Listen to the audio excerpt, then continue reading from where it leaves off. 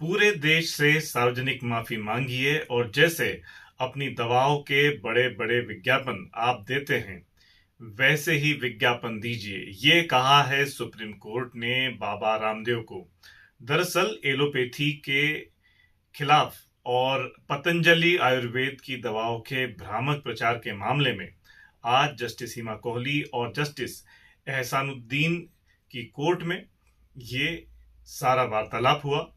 इस सुनवाई के दौरान बाबा रामदेव और पतंजलि आयुर्वेद के एमडी स्वामी बालकृष्ण भी मौजूद थे और ये बहुत सीधे सीधे तौर पर कहा।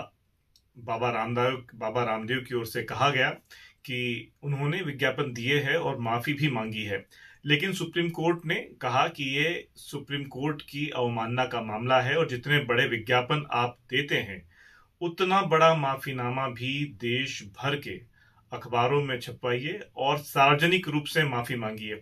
आपको बता दें कि इससे पहले सुप्रीम कोर्ट ने इस पूरे मामले में बेहद तल्ख टिप्पणियां की थी और कहा था कि ये जो पूरा मामला है ये इतना आसान नहीं है। बाबा रामदेव को सीधे सीधे कहा गया था कि आपने योग की बहुत सेवा की है, लेकिन एलोपैथी दवाओं के खिलाफ जो आपका दुष्प्रचार है और जो आपने अदालत की अवमानना की है उसके लिए आपको आसानी से नहीं छोड़ा जाएगा। और आज यानी मंगलवार को ये बड़ी टिप्पणी सुप्रीम कोर्ट की ओर से आई है और ये बेहद गंभीर मामला है, क्योंकि बाबा रामदेव एक बड़े दुनिया भर में योग को लेकर एक बड़े आइकन माने जाते हैं।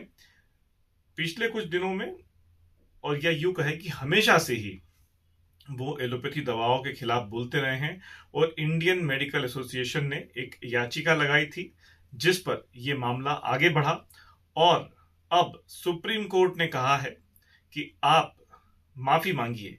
इससे पहले जब सुनवाई हुई थी तो कोर्ट ने साफ साफ कहा था कि ये कैसे हो गया आपसे। तो बाबा रामदेव ने कहा था कि काम के उत्साह में हमने ये गलती कर दी और आगे से नहीं होगा। तो ये बेहद बड़ा मामला जिस पर आज आखिरकार बाबा रामदेव और पतंजलि आयुर्वेद के एमडी योगाचार्य बालकृष्ण को बहुत सारी चीजें जो है वहां पर फेस करनी पड़ी सुप्रीम कोर्ट में।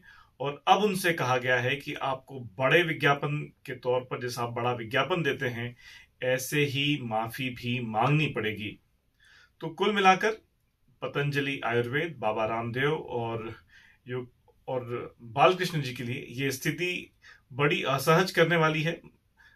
बाबा रामदेव की जो कंपनी है पतंजलि, उनका देश भर में बड़ा कामकाज है और माना जाता है कि करीब 30,000 करोड़ रुपए से ज्यादा का उनका कामकाज है और एफएमसीजी में काफी बड़ा ब्रांड, आयुर्वेदिक दवाओं में काफी बड़ा ब्रांड है और उसकी एक अपनी साख भी है।